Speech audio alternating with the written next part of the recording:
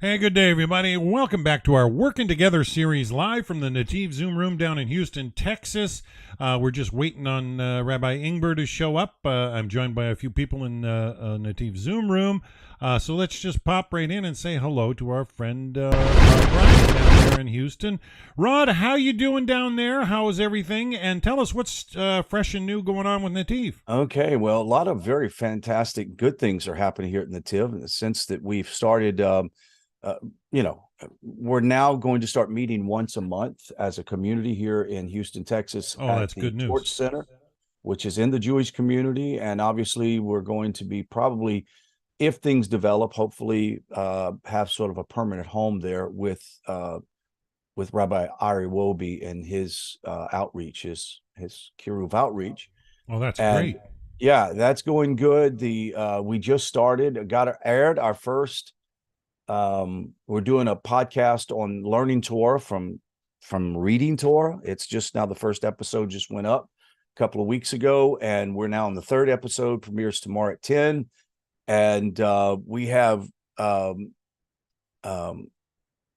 also what was the other thing was the reading of the Torah. You can get the Torah read from the Chumash. Basically, it's being read every parsha, so you'll be able to take the parsha, download it, put it on your iPhones, or watch it on YouTube. It's actually in print. You can read it as it goes along, or if you just want to listen to it, but the text is there. So our goal is to put all of the Torah portions in audio form so that people can start listening to them on a regular basis. One of the things I would recommend is people to, during the week of the portion, listen to it as many times as possible. Every time you're in the car, just listen to it. Oh, yeah, you'll always pick up something new, something fresh. Yeah, absolutely. So we're very excited about what's going on in Netiv. Of course, we have a fantastic community of locals, but we have amazing people that live all over the country and actually the world that attend our class. So I'm so very happy. And then, Dan, all the hard work you're doing, you're way up in the northern regions I'm above Washington State. Yeah. You're way up there. I'm on the West Coast too. So a beautiful country, but I was just explaining, no one really appreciates how hard a work it is to do what you do. And we really appreciate what you do every week for the World Noahide community, not just talking about the center, but for our community and all Noahides, and trying to develop more content for those who are wanting to develop and elevate their conscious. I mean, this is all it is to it. And you're doing a fantastic job. Looks like Rabbi Karmi just walked. Yes, Rabbi Ingber's. Do we want to turn it over to Rabbi? I don't know. He looks like he's trying to screw in his lens or setting himself adjust the sights on his gun. I don't know what he's doing. Such a Texan. Such a Texan. Yeah, we don't allow weapons here in Canada. Oh, I forgot. Yeah. No, we got a lot of stabbings going on, but not so many not guns. shootings. Not guns. God forbid guns. We just kill each other with knives. Or in the UK, baseball bats and hammers. So wow.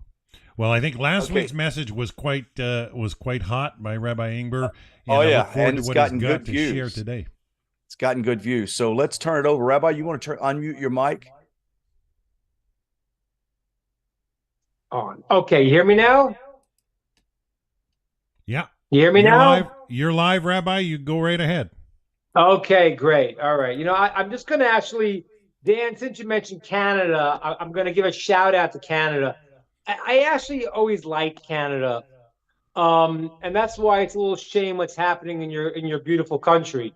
The people of Canada are generally very peaceful. They kind of like they don't get into fights, good day, hey, they're flowing, they're very nice. But then when they take away their freedom and they try to do the things that's been happening by your prime minister, you guys got to get up. You got to say something there in Canada. Oh, unbelievable. Yeah, for sure. Yeah, there's no limit spending. Yeah, they go and the truckers go and they say this is not right what they're doing. And what they do in Canada, then they shut down people's accounts who donated to the convoys. It's unbelievable. And then they go and they don't. Yeah, yeah, I tell you yeah. something. The whole thing with Trudeau's the whole been thing with the Nazis. totalitarian of late. Sure. Yeah, it's unbelievable. It's unbelievable. And Yeah, it's time to then, get rid of him, I think. then they had the thing in the parliament where they had the Nazi guy from the Ukrainian Nazis. They give him an innovation. So of course, everyone could answer it was a mistake. It was a mistake. It really was. But there's a concept in the Torah. We bring offerings, time of the temple, for mistakes. Because a lot of times mistakes underlie a whole philosophy. God doesn't make the mistake come to the person who doesn't deserve that kind of mistake. So it's quite ironic that the people who were calling Nazis to the freedom convoys were the people standing ovation for the Nazis. I thought that was interesting. And that's a shout out to my Canada people. Love Canada. I lived there for 2 years. Got a lot of good stuff. A lot of very nice, kind people, but sometimes you gotta stand up. And I tell you, Canadians, Recording what your in prime progress. minister is doing is a disaster. Man's a disaster. Okay, that's my Canada shout. How was that, Dan? Was that controversial? Okay, I guess it was. All good, all good. So let's talk about a bunch of things here. My head is still obviously in this situation because it's a major situation what's going on in the world right now. And I told you before, we don't know how this is going to end. Meaning that we do know, and we have a fundamental belief that good will triumph. That is the reality. There's a plan to the world, and the plan will unfold in the best way that evil will be removed, will be seen to be a lie, and the world will come to a place of truth and awareness. Now, again, there will be those that will fight against it. You can see them right now. These people are, as I said, for many weeks already, yes, there are people that are unfortunately very uninformed and very uneducated and very brainwashed. But there's a certain point where it's getting too far out of hand when you see the terrorists what they're doing, and you still are not sure what's good and what's evil. There's something deeper going on. But in the end, truth will win. And I can't tell you, if this is going to be unfold into the third and final war of the Gog and Magog process. It may. But I know for one thing for sure, as I've said for the past few weeks, this is clearly a very clear step towards the coming of Mashiach, a time of clarity and truth. And I guess I said, I don't know if it'll come right now. I don't know if Mashiach's coming today. He's coming, this Pesach, this Passover, which is the time Mashiach does come. And I don't know if it's going to be in 5 years or 10 years. And I don't know if it's going to be, I don't know. We don't know. Anyone tells you they know that it's not true because it's concealed. We know it can happen any day. All the signs are in place. And we don't know if it'll happen right now, but I do know, and I've said to you this many weeks here, that I know this is a major brick in the wall. This is a major step because what's happening is the process I explained to what's called Birur, where everyone is picking a side, and the side becomes clearer what is good and what is true and what is not. So that's happening, and so we have to deal with the issues here, and so I want to talk a minute about the ceasefire situation, and just to understand again, and this people we need, especially everyone now living in a Facebook world of slogans and social media, we need to think, because the assumptions that people say, the words they say, we don't know what they're referring to. What do they mean exactly? Ceasefire. A ceasefire sounds like a wonderful thing. Stopping violence. Who doesn't want to stop violence? I'll tell you a good place for a ceasefire. A good place would have been Ukraine and Russia. That would have been a good place for a ceasefire. Why would that have been a good place for a ceasefire?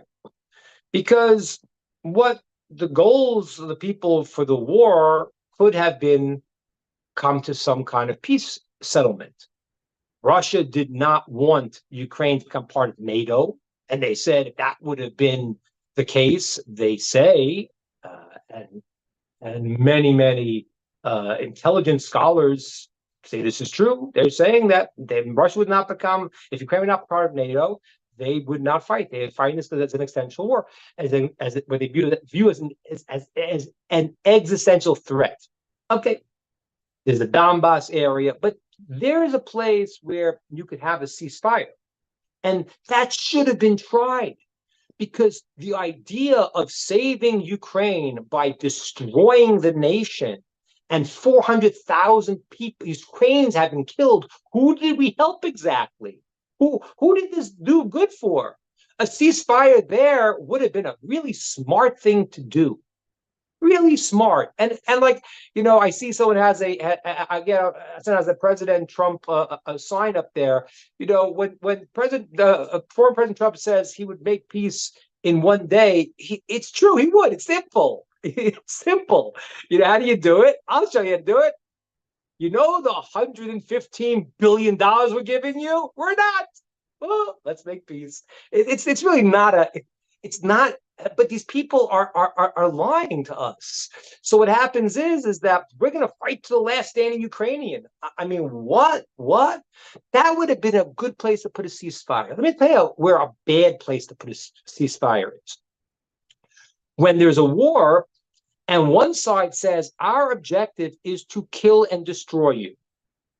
See, their ceasefires make sense. Because what is the point of a ceasefire? Because the goal is not an objective thing of, I don't want you to become part of NATO. I'm arguing about a point of land. There's nothing a point of land. So I said to you the first week this happened. We gave them Gaza. We forced ourselves out. You have it. What's going on? So really, this is not a place for a ceasefire. Because what's the ceasefire? The ceasefire is, as we know the ceasefire is the idea that they want to restock their ability to kill and destroy the Jewish nation. That is what it is. It's not a hidden thing. It's pretty obvious. That's why I said 6 hours of no surveillance. Why? Because they're going to bring in bombs. And so therefore, again, they didn't ask me, and I don't know if they asked the rabbis and the sages if this should have been done. The idea of exchanging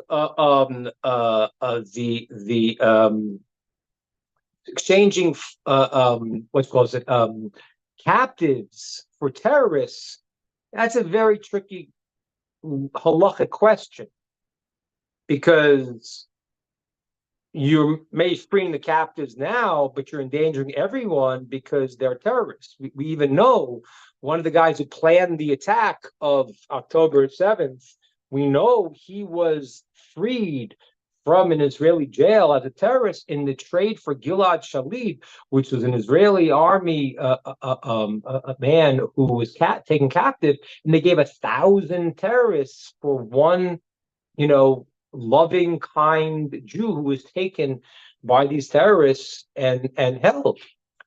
And so that's really a big discussion, because you could maybe say that this is a definitive saving of a life and maybe an endangering or not. And that's a discussion in the rabbinic literature that I'm not going to get into now because they didn't ask me and they're doing what they're doing. But to me, and I don't know, because I wasn't asked, and again, I wouldn't answer. The people of government needs to ask are the leading sages of the generation. I don't think they really asked them, though some of them reportedly were told people in the Knesset to vote. But to me, and so I'm not saying this as a halachic decision, a legal decision, because I didn't go through the whole sides of it. But to me, this is a worse problem. There's a worse problem than trading innocent people for terrorists, which that I'm not sure that according to many opinions, that's forbidden also and should not be done. But this is worse because the ceasefire is a definitive state of causing a problem. It's not a question. What are they doing during the ceasefire? They're not going and helping the premature babies. That's not what they're doing. They're telling people come up from the south, which has already happened. They're telling their civilians, go walk back into the war zone so you can protect us by being human shields. They're gathering their arms. We know right now in the war, it is a very counter intelligent thing to do to allow a ceasefire. And therefore,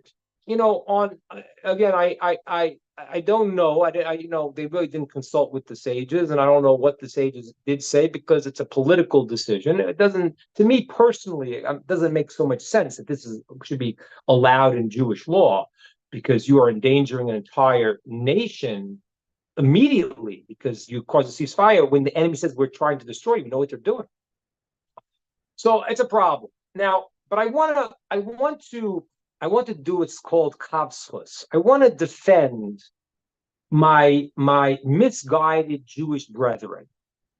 I want to defend them because although they don't know what they're doing very often, and I said to you a few weeks ago, I was like, I mentioned this last week, I think it was, when I saw the son of Hamas guy praising the Israelis, who he said were the smartest, most creative, beneficial people in the world. And I said, to me, it was a fascinating thing to hear because the guys he's praising are considered to be the most uninformed Jews who don't really know what they're doing.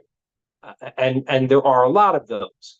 Elon Musk just got into some hot water because he made some kind of comment, and he's not wrong. There are many left-wing Jews who do support things that are against the Torah. You cannot let terrorists into your country. It is wrong. It is forbidden. There's no justification for it. It's not Judaism. It's a Jew who doesn't know the Torah and he's making up his own stuff. And he wants, but I give you I want to give them the benefit of the doubt of a second. I'll tell you why. Because I do know it comes from a place of goodness. It's confused and it's misguided because there's only one way to know it's right. What does God say is right? If you think that you're going to make a system that's smarter than God, good luck. As you all know, I've said it many times, every single system anyone's made of a self-help program, which was so great for 10 years, after 15 years, they're like, wow, that was stupid. Because why? Because the guy's ideas aren't it's not going to be ultimately correct. And that's why you could have your ideas of morality, what you think is right, all right, but what does God say? What does the Torah say? So a Jew who is trying to be a left-wing sympathizer who thinks a ceasefire or something, which I told you, in Israel, it's amazing now because the left-wing Israelis who paralleled sort of the American left-wing Jews, they got it now. They got it. Finally. They got it. They're like, we can't live with these people.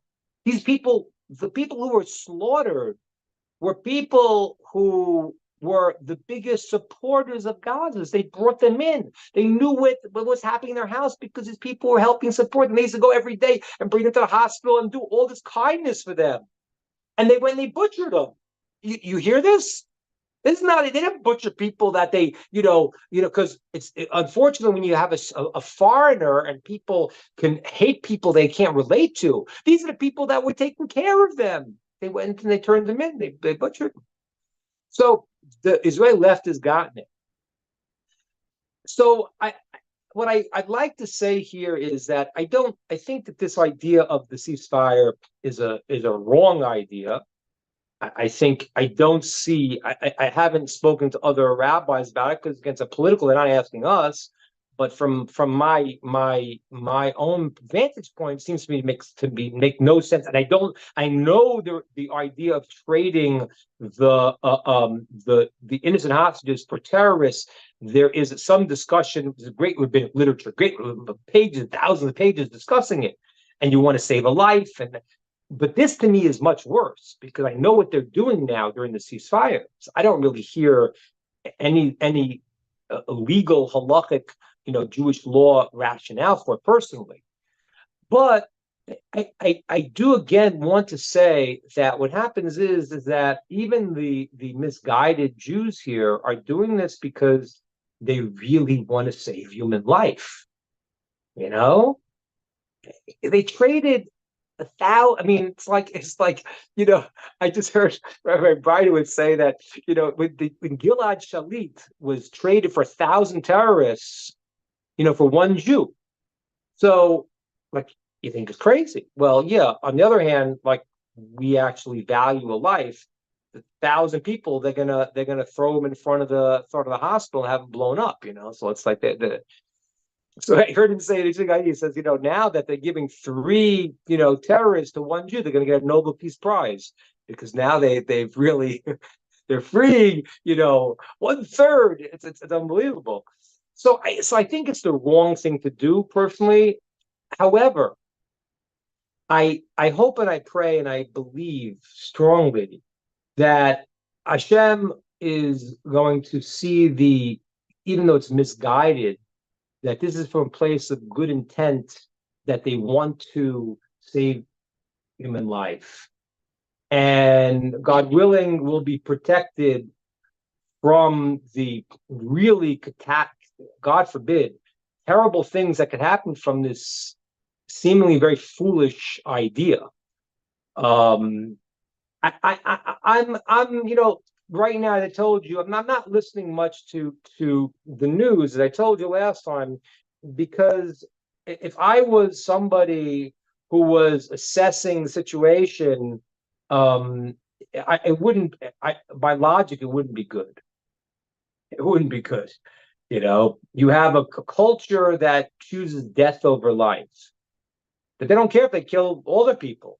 As long as at the end they could say, yeah, we won in some way. They're okay with that, so they choose death over life. And now you have a world that people don't know what's up and what's down. So I've been amazed that Biden is President Biden. Will turn on them. He has already. I was even amazed that he had any type of backing. But and I said to you, I don't really the people. Those people are not the issue. The issue is, as I said to you last week, the Jews are learning what they got. The people who were sold into a different mindset are getting their lesson. The Jews are uniting. They're connecting to the Torah and the mitzvahs in a deeper level, and that is going to in the end win the war, no matter what. In my opinion, now my opinion, it's a fact. No, it's going to. But the process, I don't know 100%. But what's going to happen is that so I hope and I pray that the mistaken and foolish action of this ceasefire, which it does not seem to line up with Jewish law, will be not backfire because of the good intent of the misguided people. That's the first thing.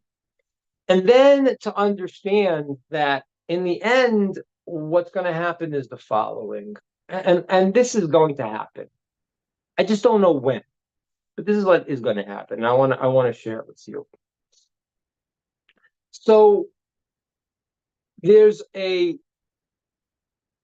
situation in the world where, and it's a very, very terrible situation. It's talked about in the Torah, in the 5 books, in the book of Deuteronomy. It says that at some point God will God will hide his face. And what does that mean? What does it mean, God will hide his face? Well, that means that when I look in the world and I see evil people prospering, I got a problem. That God's face is concealed because you don't see him running the world the way he's supposed to. And that's a time of concealment. And that's a time where the evil flourishes and the righteous have to really look deeply and understand that although this is what is being presented, they have to see in a deeper process. And that's been the situation in the world for a while. Before the Mashiach comes, that situation of concealment gets even worse. That's where we are now. And that's what it says. It says that before the Mashiach comes, all the nations will have these crazy philosophies, right? As we do see clearly, I mean, crazy philosophies. And they'll have these crazy beliefs.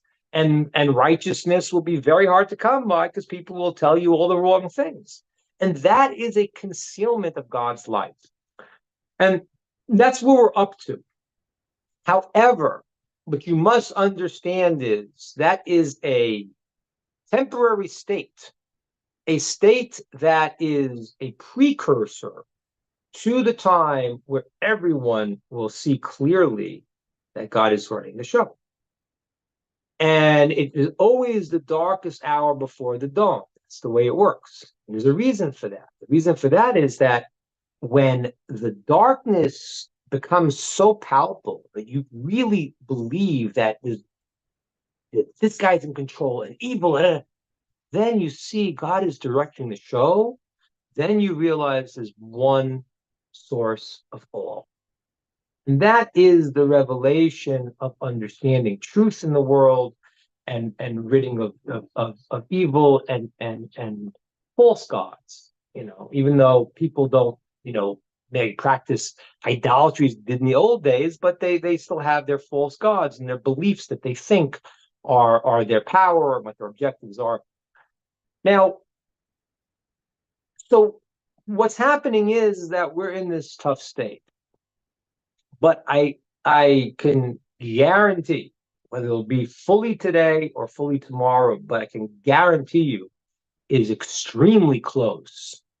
The point where the switch happens.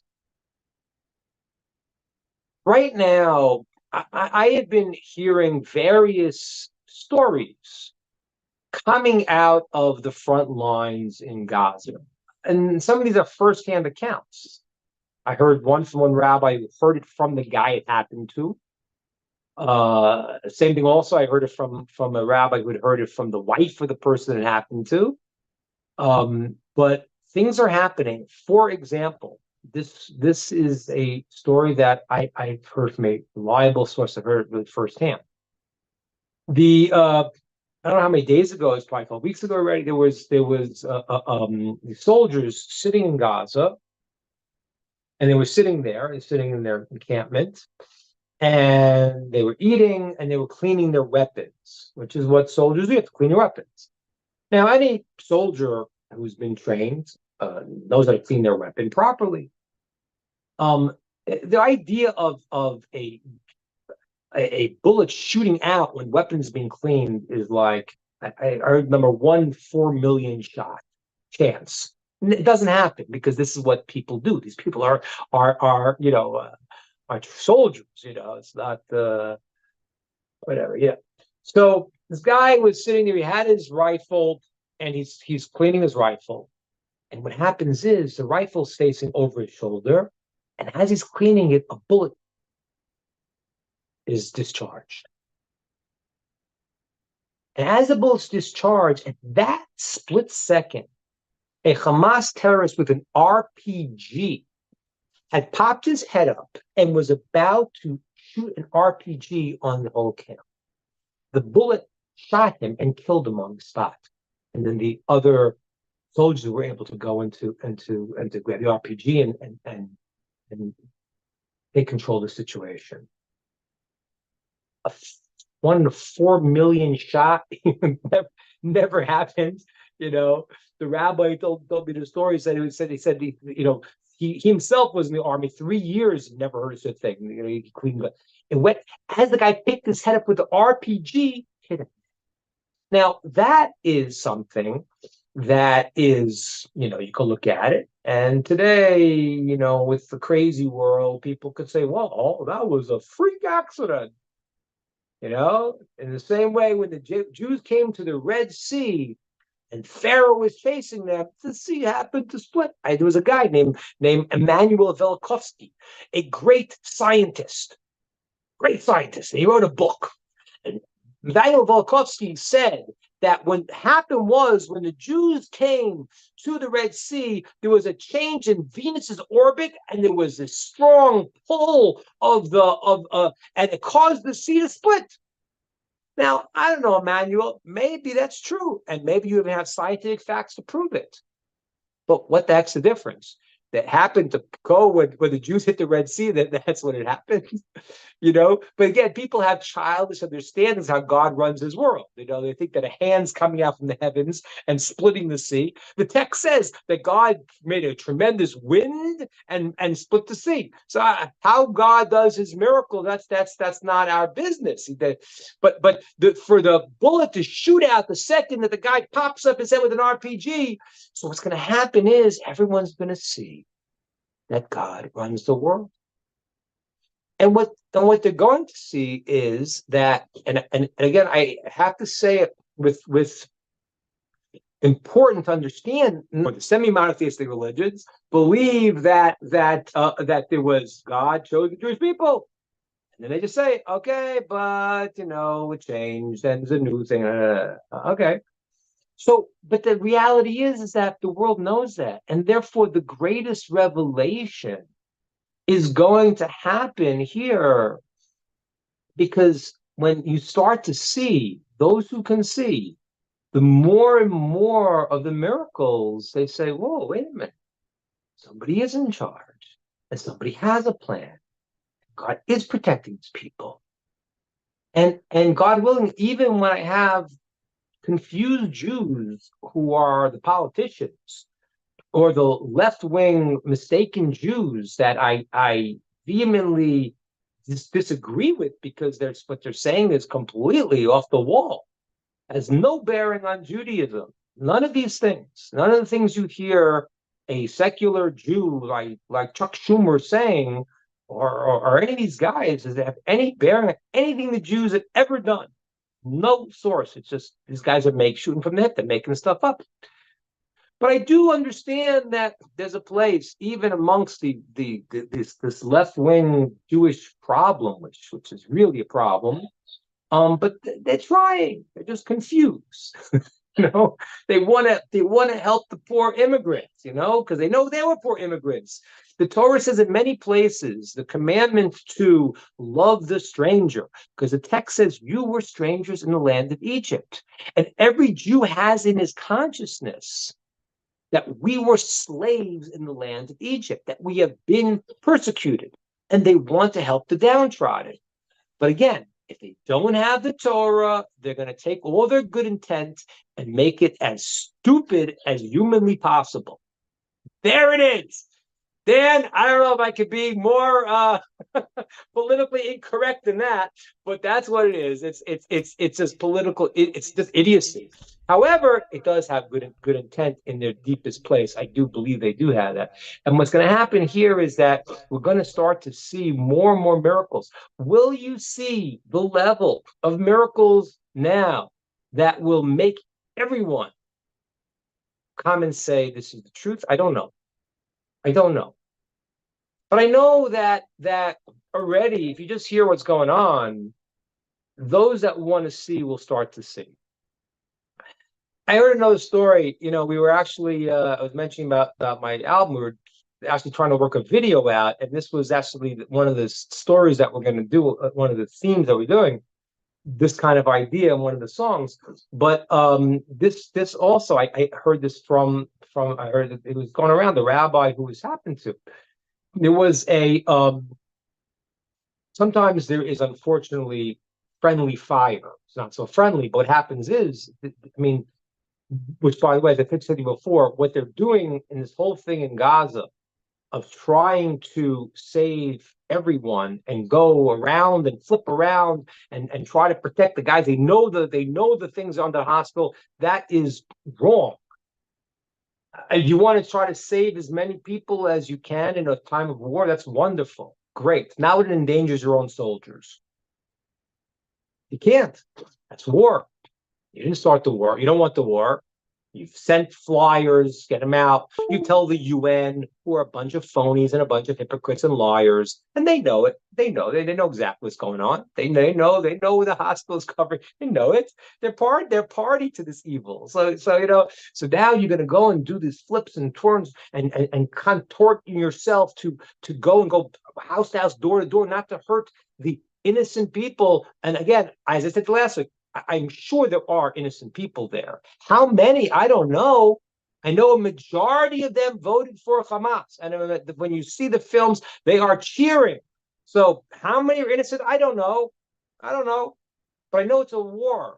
And we're endangering our own soldiers. And sometimes because you can't see what you're doing, you're going into this whole, door to door, corner to corner mission. Sometimes they mess up and it's friendly fire and they shoot on their own people. And that happened. The 51st Golani Brigade actually did not recognize another Jewish brigade and shot at them. And they had this, what's it called? It's called I don't know what it's called. It's an armored, what's it called? I wrote it down, an armored personal carrier. And it has on it called a katlan, is what they call it. The katlan in Hebrew is the Hebrew term for like a big destruction, essentially. Then a heavy caliber machine gun set there with a computer gauge to hit what they thought was the enemy, but it was actually their own people. And what happened was there was a problem with the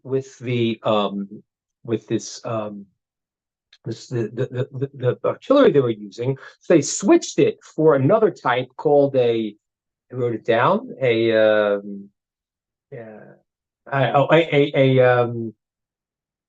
mag. I don't know, mag, but I don't know. And so this also is computerized, and it shot into the area that was supposed to. They set the computer to shoot in to kill what they thought were the terrorists, and it was our own people. But they didn't recalibrate the thing exactly right. And somebody got hit. A Jewish soldier got hit. Where did he get hit?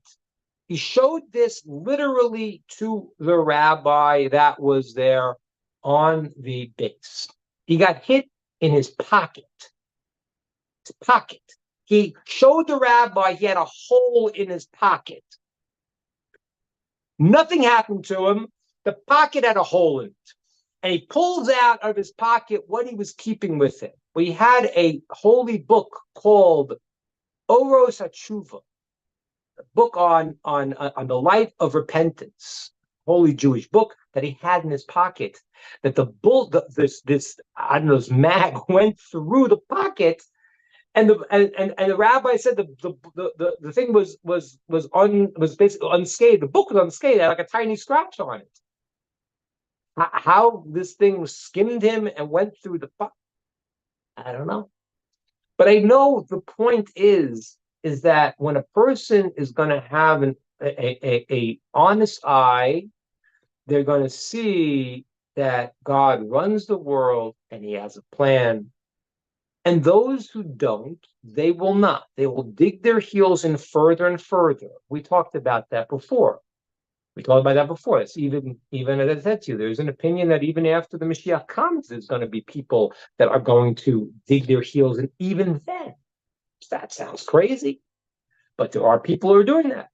So what happens is that there is a place where the miracles are there. You could look and you could see, but there's going to be a point, and it's coming soon, where it's going to be so obvious that people are going to be like, got it. And the people who don't get it will be on the wrong side of history forever. And that's really what is happening right now. So how, when, it's hard to say. But what is clear is that when God demonstrates that he is in complete control, and he's taken his nation and he's given them a task, and he protects them, and he guides them, And even though, and like, like we don't, you know, like the Jews have gone through so much persecution, but any Jew that is connected to his roots understands that that's part of the process and understands that this process is an eternal process. We don't believe that this is all there is in life. Okay, we believe there's an eternal life, and if if somebody's time comes and that's when he's gonna, it doesn't mean he's dead. It means that he's part of this process of God revealing Himself. And we've been through a lot of times where it's been the Hester pun in the hidden face of God, because you look at the world and you saw things bad, bad, bad. And now you see it even more. Now there's a real difference. Wow, you could start to sense. I think everyone senses, an honest person senses it. It's the dawn before the, it's the darkness before the dawn. And now as these miracles become more and more and more, you see what's really happening, that there is a creator of the world. Nothing's changed. He's had the plan. Plan was in the beginning. Those who want to be part of this plan will do so. Those who want to fight it will fight it till their destruction. That's my thoughts, and I'm open to comments, feedback, and ideas.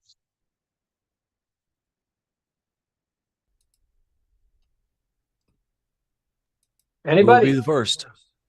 Who will be the first? You can go from this, you can go something else. It's okay. I sure hope somebody's compiling all of these miraculous events. I mean, look, we hear them in all kinds of wars, but not at this level. Beyond coincidence, for sure. Yeah, it's beyond far above nature. Yeah, you're gonna see, and you're gonna see more and more. And that is really what we've, that's happened before. And and hopefully the Jews got to do their part, and their part is really to understand that it's like what's very tricky in the world is the balance between making effort and seeing God in the world.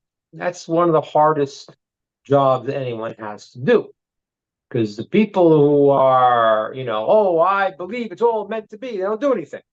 It's like, if I'll make money, then it's gonna fall from the heavens. That's not what he's supposed to do.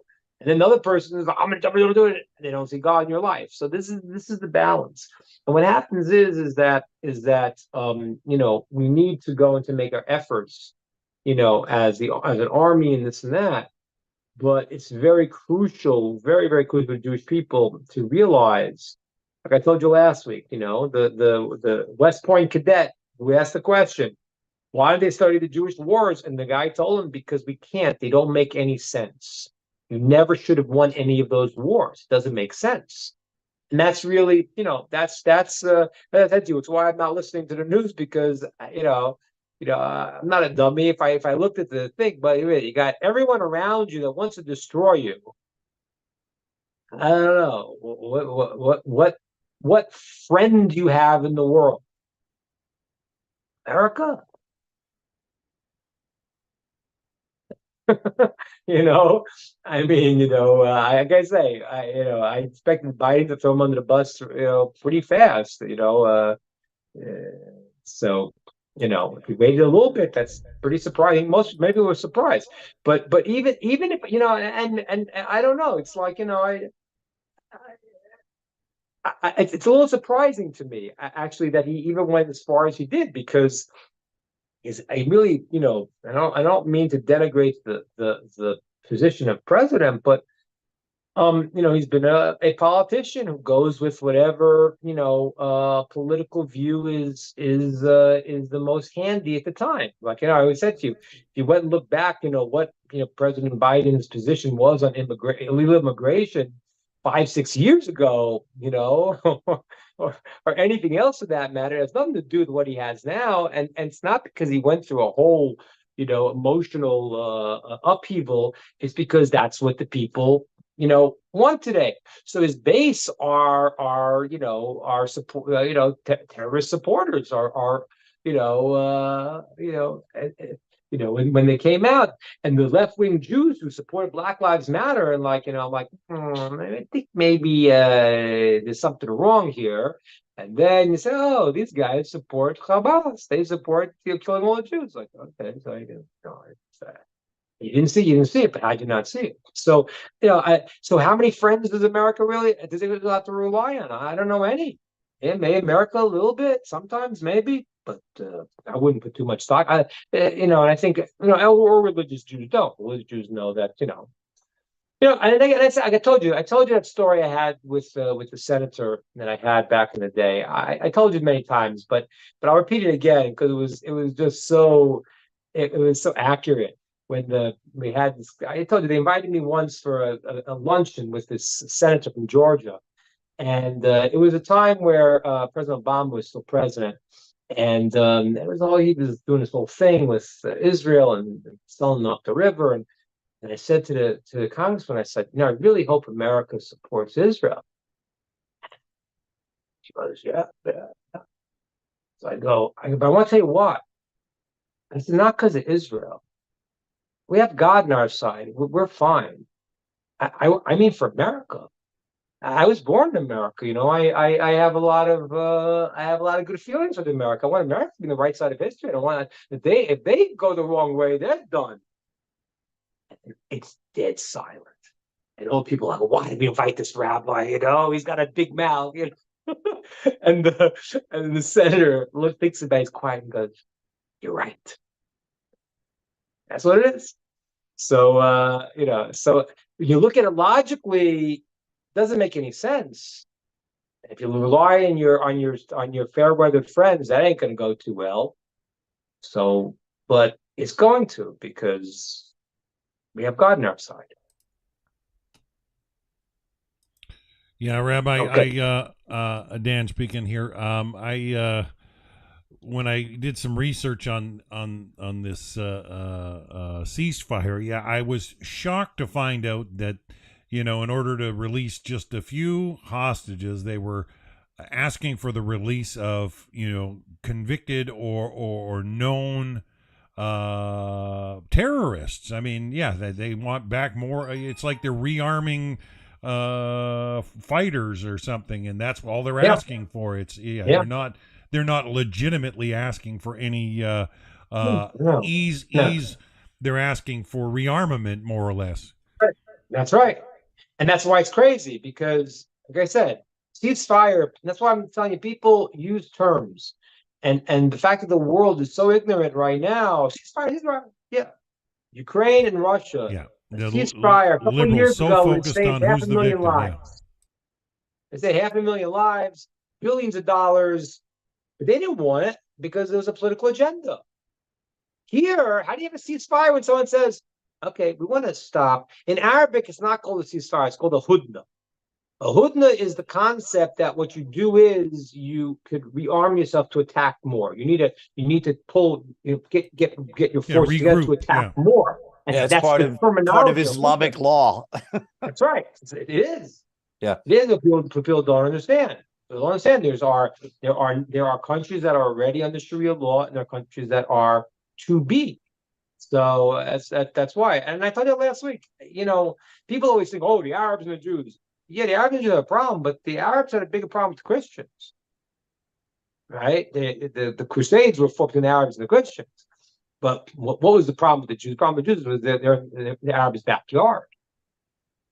But and that I think I told you this last week. I think I said this. I might have said this. I don't know if I did. Excuse me, but if I didn't, it's a very interesting thought that I had on the discussion. Because I told you before that there is the text in Ezekiel talks about the Arabs the Arab world, Yishmael, aligning with Asa, which is Rome, which is the Western world, and they align together to attack Jerusalem. We talked about that. That's in the book of Ezekiel. It talks about the wars at the end of time. And then what's going to happen is it's going to fall apart as they're going to have internal fighting, because they realize they really don't support each other. So, there's a lot of discussion. Who are these Arab nations and who are these Western nations? They have names in the book of Ezekiel, but it's not really so easy to figure out who they are today. There is a one source, fascinating and amazing source, that talks about Iran. And the Talmud itself, the Talmud says that Iran is really the one that pushes to the final war. And the reason why Iran does that largely is because they are a combination of the Western world and of the Arab world. Why? Because the Iranians are not Arabs. They are Aryans. They are not from the descendants of the Arabs. They are not. It's those Aryans. It's the Western. And what happened was they adopted the religion of the Muslims. So they are a unique combination. And there's real serious sources that go through a whole thing about it. I can't do it now, but it's incredible because the Talmud talks about this thousands of years ago, and now we all know what's going on. That if you're giving them billions of dollars, it's not because they're trying to have more light with which to study at night. That's not why they want their nuclear program. So all right, but I had another thought, which I might have said to you. But I had another way to understand what's happening in Ezekiel, because almost all of the Western society right now is now itself a combination of the Arab world and the Western world. I don't know the numbers, but I remember seeing a couple of years ago that France, I think it was by the year 2030, was supposed to have a majority of Arabs. Okay, because the French have 1.1 child per couple, and the Arabs had 7 or 8. And with the immigration of whatever, and it's going to be funny because you can mark my words on this one. I hope I'm wrong, but unfortunately, I don't think I am. They let in millions of illegal immigrants, including terrorists. You got how many terrorists sitting in America? You got no idea. But when are they all going to wake up to say, no, we shouldn't take any more Middle Eastern people? You know that's going to happen right now. Now they're going to wake up because they're going to say, hey, the people from Gaza, take them out. Take them. When Israel became a state and the UN divided the partition plan. So what happened was the Jews said, great, we have peace. You have yours. We have a tiny little sliver. And the Arabs attacked to kill the Jews. The day the Jews got their land, the Jews who were living in Arab countries were all kicked out. And they all came to Israel because they had nowhere to go. But the Arabs will not take the Palestinians here, even though there's no such thing. They were Jordanians, they were Egyptians, right? Because Gaza was a place that the whole Israel there were Arabs. They weren't from Palestine. The name Palestine stopped with Yasser Arafat in the 60s. There's no such thing. So they were until 67. They were under Egyptian rule. They were Egyptians. They didn't want to take them. Why they don't want to take them? Because it keeps the problem. So there's 2 reasons. One is that, and this kind of like the Egyptian president sort of said, like, oh, we'll bring the fight here, which is another way of saying, we know you guys are terrorists, and I don't know if we want you here. One way of saying it. And the second way of saying it is that if we keep you there, then we're going to keep the problem on Israel. So all of a sudden, all these people who have been, immigration, don't check them, don't think about it. Now they're going, no more immigration. So that's the funny world we live in. But you have to be able to, and this is like it's very important here. It's like you can't get stuck in the externalities of the situation. This is not the real thing. You're not going to convince this person because they deep down have something really not good going on. They have a hatred, as I said to you, of God. Now they don't know that. They'll call it love God, but there's something off in the system where they can call bad good, good bad, because they have something wrong in the system. So you're not going to convince them. And the truth is, they'll do what they do. We have to make our effort. But the reality of the situation is that that's all just an outgrowth. The real thing is to recognize that there is a plan, and we're going to see these miracles. We're going to see that, and we are seeing that God controls the world. Mm-hmm. And it's happened. It's happened a few times where we've been close. Like in the '67 war in Israel, we put on the tefillin, phylacteries in English, but we have a commandment to wear the boxes that have the parts of the Torah in that bind our thoughts to God and our actions, and spacing our heart and our actions and our thoughts to God. And after the 6-day war, there was no tefillin. You couldn't find a pair of tefillin in Israel because every secular person bought one. Every secular person, and that's happening right now. The tzitzit they're calling it their bulletproof vest. The strings, the tzitzit. Right, Especially Rabbi. now Can you take a especially now we're question? getting the blue one. Especially now, hopefully, possibly, we don't know. But you see, I have the blue one I have. You see that? Can you see it in the picture? You see it or no? I'll show you my tzitzis here. You see the blue string? Let me show you the blue string. I'll show you this. You see this blue string? You see the blue string? You see that? Yeah. So that is a special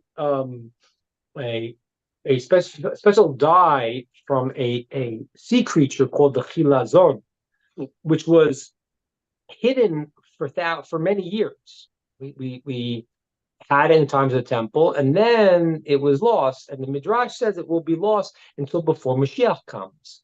And now, a number of years ago, some of the sages tracked down what is this actual sea creature that has blue blood. And now many people are wearing the blue strings again, which is the Torah requires, but it would be lost till before Mashiach comes. And we see it now that it is back. It is Well, that's more and more exciting people news. are. Yeah. Very exciting, very exciting. And more Rabbi, people, more great rabbis are authenticating this is the right one. Rabbi, on that note, I got a question from a lady, Barbara in Germany. She's quoting out of Zechariah, where it says, "In those days, 10 people from all languages and nations will take firm hold of one Jew by the hem of his robe and say, 'Let us go with you, because we have heard that God is with you.'" Her question has to do with if it's only 10 people grabbing one hem. She says, "Well, that won't be many people, will it? Can you extrapolate on that? I mean, I've heard numbers that that's 10 per corner times X number of people could work out to millions and billions." But yeah, it's millions and millions. I could pull a pasuk up, but it's 10 to every one times 4, 40 to every person. So it's so that according to that calculation, if you have 15 million Jews, so that's a pretty large number. If you're going to have 60 15 million, million yeah. times 40. Who wants to do the math on that one? I have my calculator here, but it's a large number. It's about 60 million, yeah. Yeah, so it's a large number, and yeah, it's a large number. And again, and also it has so many deep meanings of what it means, and the tzitzis and what the numbers are. But the bottom line, what it means as far as because all these verses, when we learn them in our the Talmud, they're very precise and they have very definitive meanings. But then you have the general meaning, this what's called the simple explanation of the verse. Simple explanation of the verse is that many people will hang on, and the tzitzit are really what they are. It's a unique phenomenon, because what it is that it's the edge of your garments. That means that when a person, I am me, then I have something that surrounds me, that envelops me. And then I have the part of me, that part that goes out, off, trails away. and that we have to be able to see God even in the parts that come out, and we have to return everything to its source. So the fact that the tzitzit is the Jewish expression of seeing God in every place coming out from the most extraneous parts of our existence, and then everyone wants to grab on and they realize that this is true, that is a very, very powerful picture that people will start to see, and that really is these ideas that we're going to see. So the number, don't worry, the number is a very large number, and the number is to everyone who wants to be part of that. Oh, people have to remember, because we we have sometimes we have different worlds that we came from and how we experienced it, but God rewards everyone for what they do, whoever they are. So no one's going to be like, oh, wait a minute, I want to support the Jews, and I'm the 11th person on this string. No, that's not going to happen. Don't worry. Everyone wants to grab on. We'll be able to grab on. Okay. Yeah. Okay. What else we got? Good question. Thank you, Barbara. I saw some Germans that came to were speaking at the IDF base. They came to speak to them. I saw a guy whose father was a Nazi, and he came to say that how he really wants to be part of what's going on, and has changed his view and this and that. That's quite impressive. Gee, that's very impressive. Yeah, amazing. Yeah, and look, that's the thing. It's that's why we don't know. There's this concept of that we see in the Torah called a Molech. A Molech is I guess we call it Nazis, but it's these people who their goal is to kill the Jews and to destroy goodness, and we see those people. Hamas is. I mean, their philosophy is not less than the Nazis. Not less than the Nazis. It's I mean, Hitler was his ally was the Mufti. The Mufti was became the head of the Palestinians. He was part of that idea to find this final solution. But in every nation, there's going to be good people who have to stand up, and we don't know who's who and what's what. Everyone knows what's in their heart, and every good person has to stand up and be good right now.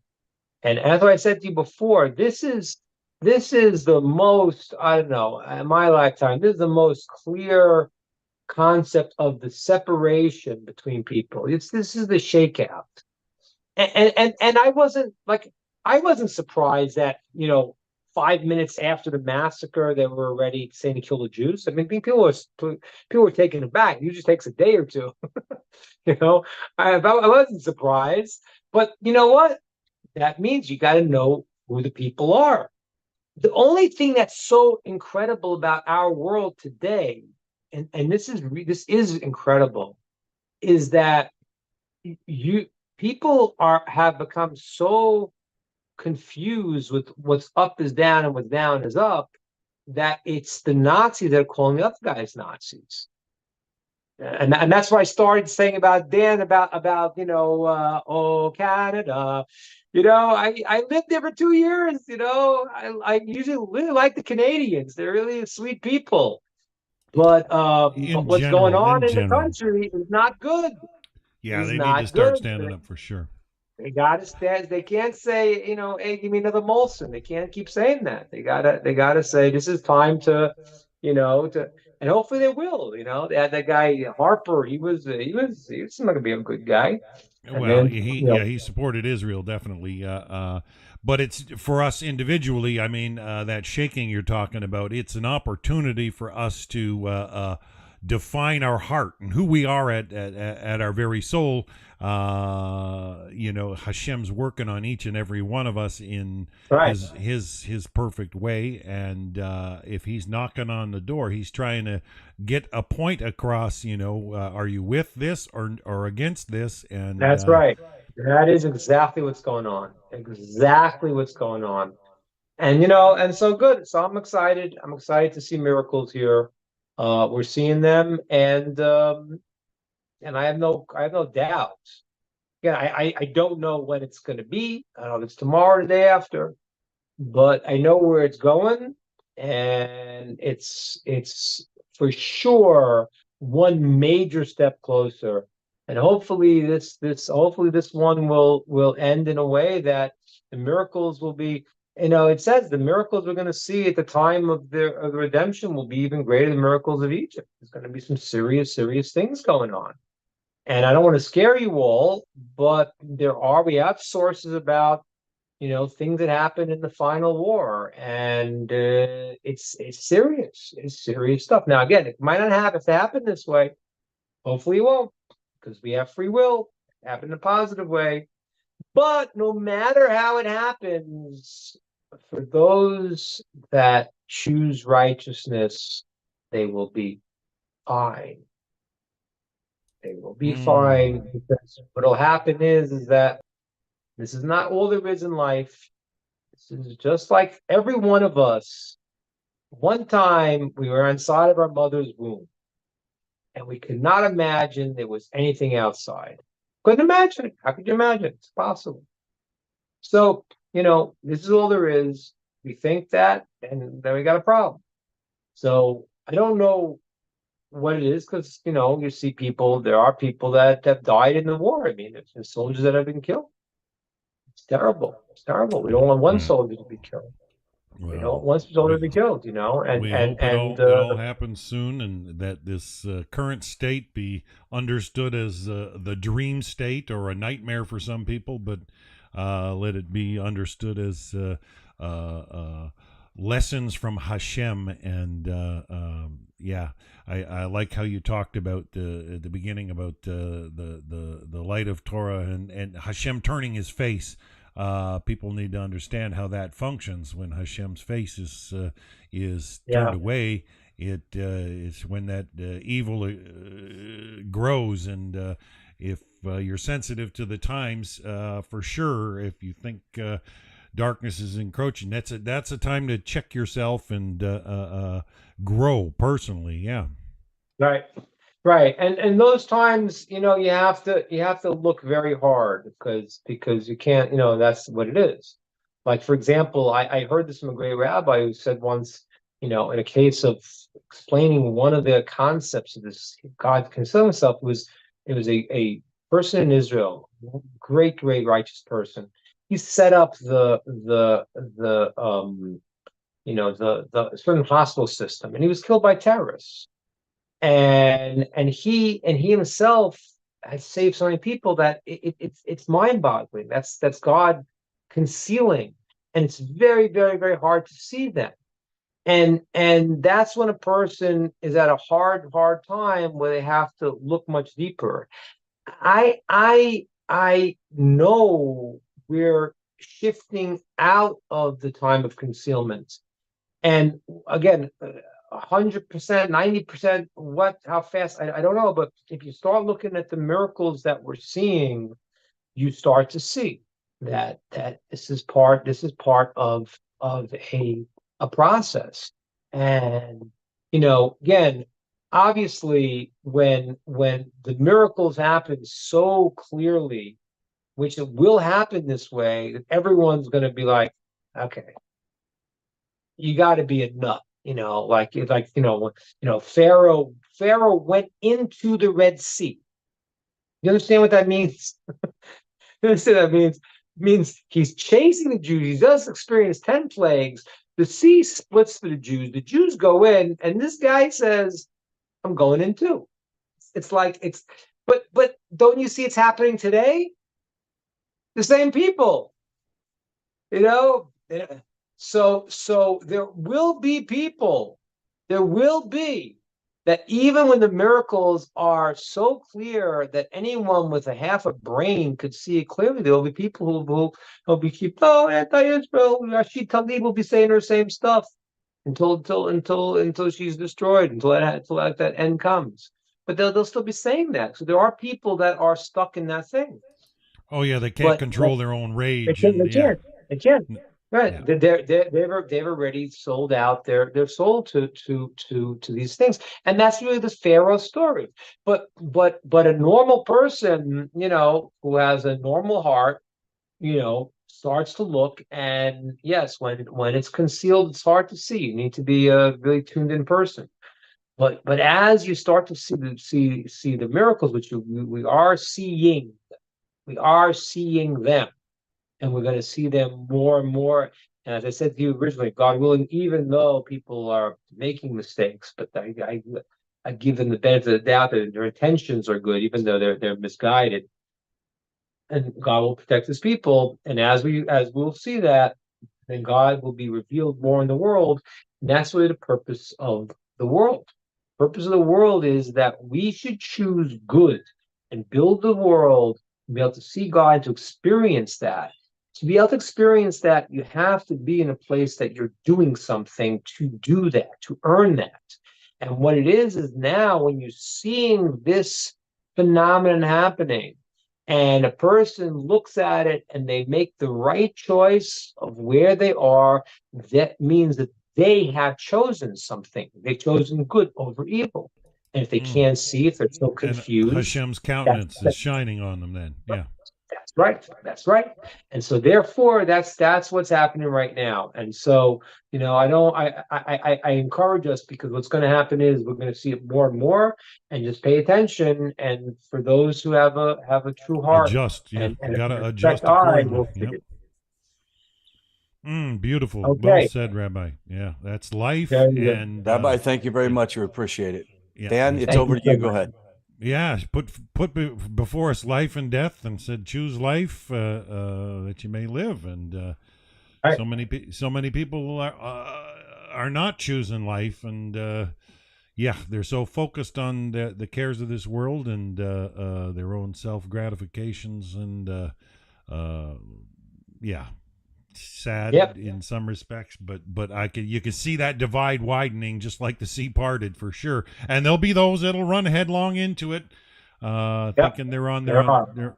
on some just cause, when in reality they're just pursuing their own desires. And Rabbi, beautiful message today. Thank you so much. Does anybody have any last comments or Recording questions? stopped. I guess not. Okay, guys. Good. Shalom, Hashem shalom. willing, are you good for next week, Rabbi? God willing. Yes, we know there. Yes. All right. Well, we're praying for your safety there, and we're so glad to see you today. And we wish you well, you and your family. And Thank you so much. Thank you so much And for shining the whoever light. whoever can come out to Texas when we're there, and we're going to be getting Late back January? to the States. January, we'll be doing stuff in Florida and in Texas. January will be, we have to get the dates still, Rob, we got to talk about. For those who are in Texas or want to be in Texas, probably being in February is more likely. Okay. Please be in touch with Rod, and we're going to make some announcements, and hopefully we'll get together and have some music and some inspiration and Torah and connect. You know what, Rabbi, I'm just thinking, maybe next Sunday we should not have it the 2 o'clock or the 3 o'clock because of our class downtown, or you think it matters?